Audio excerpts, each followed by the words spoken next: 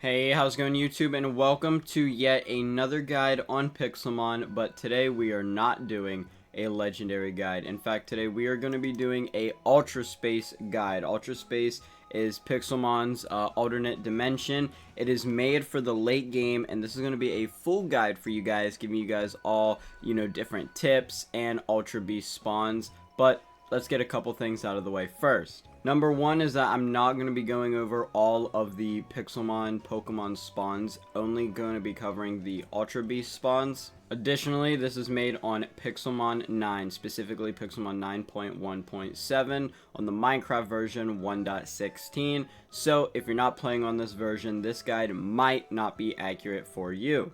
Lastly, just keep in mind that this is made to be a late game area, so I highly recommend that you have at least one level 100 Pokemon before you start adventuring here. And if this guide does help you out, be sure to leave a like and subscribe, as well as comment down below your favorite part of the Ultra Space.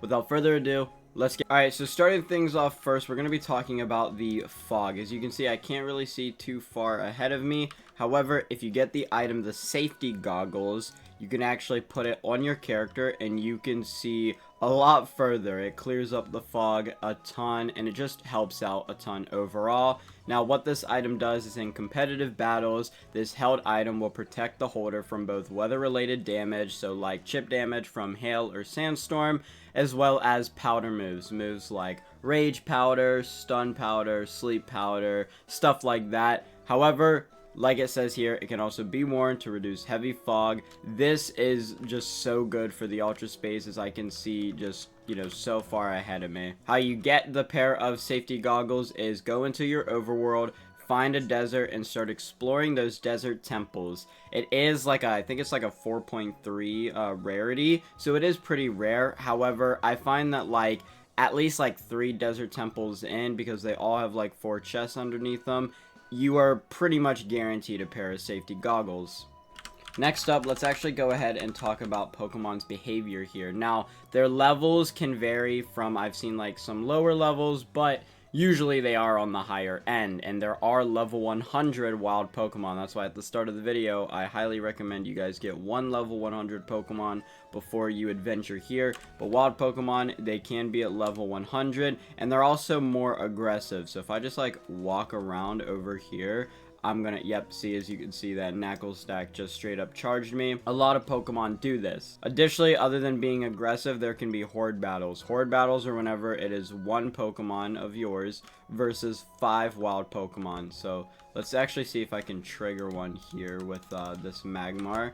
And I'm actually gonna give you guys, I'm gonna give you guys a really cool tip for horde battles. So what you do for horde battles is that you can just battle them. I mean, you click your move and you pick what Pokemon to strike. Or what I like to do and what I find best, and I do want to give a shout out to my friend Benny for kind of teaching me to do this, is get a Pokemon. It's highly recommended as Garchomp, but any Pokemon with the move Earthquake does actually work for this. However, Garchomp is highly recommended because Garchomp is a pseudo-legendary and is just one of the strongest Pokemon of all time, just flat out.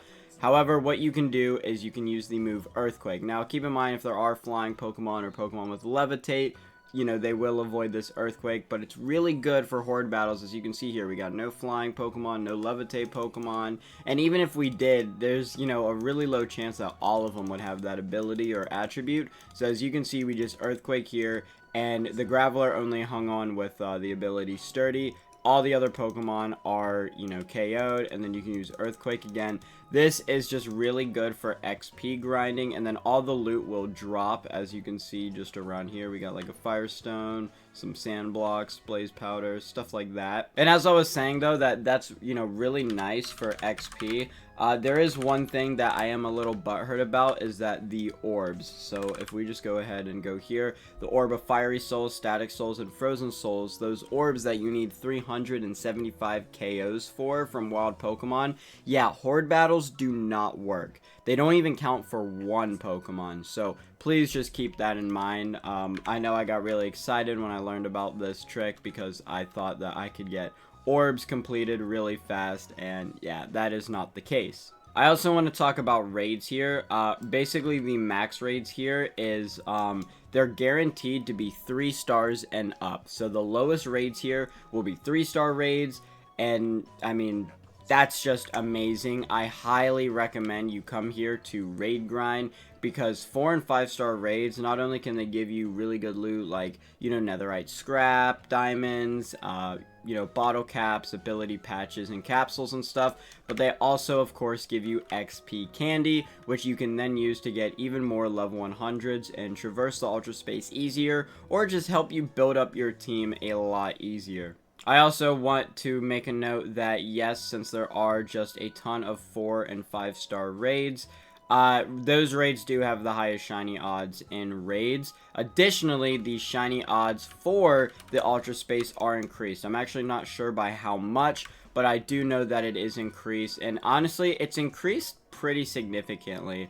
Like, I know in the Pixelmon Season 3 tournament server, we've just been kind of putting on like shiny lures and just going ahead and running loose in the ultra space, and we get shinies very frequently. Even if you don't have a shiny lure, the increased shiny odds are just insane. I actually saw a shiny wild mandibuzz while preparing this video, and I just want you guys to know that if you want, you know, some easier shinies to get, or you're planning on hunting shinies, do it in here for those increased shiny chances. Alright, and lastly, before we talk about the Ultra Beast spawns, which most of you are probably here for that, we're going to talk about some of the interactions and landscaping. So, these purple cactus right here, if you run into them or touch them, you get poison 4, as well as all your party Pokemon are actually poisoned. If you happen to find yourself in a jungle, it's not really common because leaves are everywhere, but there are these flowers, and these flowers, if you go on them, you will receive slowness 4, and then all your Pokemon won't actually be asleep, they'll be drowsy, which means like they'll miss moves and stuff like that. The forest is actually just filled to the brim with these flowers, and I find this to be one of the more trickier areas to traverse. In the Ultra Plant, there are these like kind of like pillars here that are shaped like the Ultra Beast Zergatry. What you can do is you can go on top of them and, you know, destroy the blocks, but lightning will strike you. However, there are ancient debris and diamond blocks inside these. I don't know the chances for ancient debris or diamond blocks, but just know that there is like some good resources inside of them, and you are going to get struck by lightning though when you break the blocks, and all your party Pokemon will be paralyzed. You go into the deep sea biome of the Ultra Space, and you're swimming around and you touch these like seaweeds, you will get blindness 4 and slowness 4, and then all your Pokemon will have that drowsy effect. Of course, the Ultra Crater biome has its own little hazard effect here. I'm actually trying to find a pipeline that, you know, I've done some testing in here, so I actually have kind of like messed around, but let's see.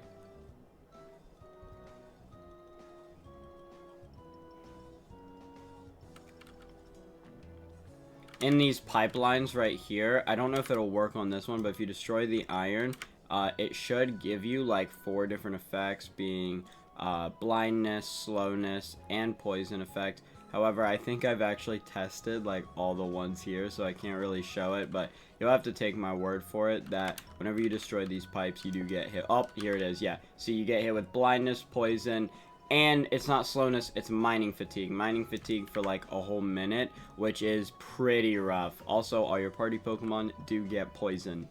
Real fast before, you know, we do move on to the next thing, is that I want to talk about the different forms of Pokemon that are here that I honestly probably should have mentioned with with the other, you know, Pokemon spawns. But basically, for the Galarian Birds quest, you're gonna have to find the Ashen, Alter, and Strike form Pokemon. These are Pokemon with, you know, special textures to them that are really unique. As you can see here, there's a Strike Zubat just flying, minding his own business. They just literally are the Pokemon, but they have a special different texture to them, and they are very common in the Ultra Space. I'm not going to go over all of them, but they can pretty much all be found here in the different biomes. So I think the Strike Pokemon are honestly the most common upon the Ultra Plant, but you can find some Ashen and Alter forms in the Ultra Deep Sea, Ultra Desert, Ultra Forest, Ultra Crater, and of course the Ultra Jungle. So yeah, have fun getting some, you know, cool different form Pokemon, with the special texture or completing those Galarian bird quests. Additionally, I'm not going to show what they all look like, but there are their own hidden grottos here. I believe, here, let's see, I think this is one right here. Yes, it is. So there are different hidden grottos. There's a ton of variants. Like, they have different structures. If you see light, go to it and, like, dig around, check it out, because you will be able to find some loot inside. So if we go in here, there's this beast ball loot that we can get. These will give you not only, you know, the Z crystals, but they will give you different Arceus plates. They will give you different competitive items like Choice Scarf, Choice Band, and they can also give you blank Alola TMs. Additionally, they can also give you Beast Balls, but, I mean, that's kind of a given. Overall, these are really good loot pool items, and if you're trying to get, you know, some remaining Arceus plates and stuff like that, I highly recommend just, you know, exploring around. Oh, you can see here we got an EV training item. But if you just explore around, and these are in all the different biomes, I find that the desert ones, though, are just the best ones to go to for the loot, because I think that, you know, their grottos are just easiest to find. But yeah, like I said, these loot pools are actually really nice for collecting different types of Z crystals and getting remaining Arceus plates that you might need to spawn them in. Alright, and since that about covers, you know, just the different interactions, the cool textures that you can get, such as Alter, Ashen, and Strike, and, you know, the raids, all that good stuff, let's now finally go into talking about the Ultra Beasts and how to find them. So to get us started here is that every single Ultra Beast is a ultra rare spawn. It doesn't matter the condition of weather or the time that you are looking for them. They are always an ultra rare spawn, and you are pretty much guaranteed to find them as long as you explore and you look for them. So let's start with the Ultra Desert. Guzzlord can be found here, as well as Pheromosa. In the forest, you can find Kartana, and you can also find Blacephalon. In the Ultra Plant, you can find yourself a Zergatry and a Stakataka. In the jungle, you can find yourself a Buzzswole, and you can also find yourself a Poipole. Naganadel does not spawn, however, you can evolve your Poipole into Naganadel once he learns Dragon Pulse and then levels up once. In the Ultra Deep Sea, you can get yourself a Nihilego. And in the Ultra Crater, you can find yourself a Celesteela. Also, last thing real quick, it's a little bonus for this video for sticking around to the end. You can find these chests on top of these obsidian pillars, and they have some good loot in them, like Thunder, Stone Sword, and, like, you know, different enchanted shovels, as well as things like a linking cord, a light ball, little, like, candies, and then beast balls. Just cool little loot piles that you can find on top of these pillars. They're not guaranteed to be up here, but they're also pretty common. You know, you get some armor like Thunderstone Boots, Electrizer, a Alola TM for a different move. Just cool little stuff like that that you can find on top of here. Again, though, keep in mind that they're not guaranteed, and thank you guys for sticking around to the end of the video to see this cool little secret.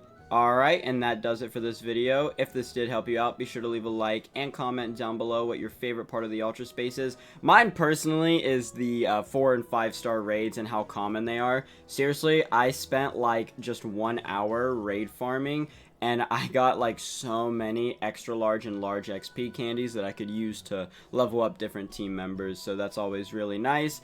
And I do want to say just thank you guys so much for the support lately. I know I haven't been uploading. I recently got sick and I was like down and out for like a week. And I've also been streaming a lot over on my Twitch channel, link in the description, for the 3rd season of the Pixelmon Tournament. And if you want to watch one of the other tournament videos or some legendary catching guides, click one of these videos here on screen. And yeah, just thank you guys for the support, and I will see you guys in the next video. Take care.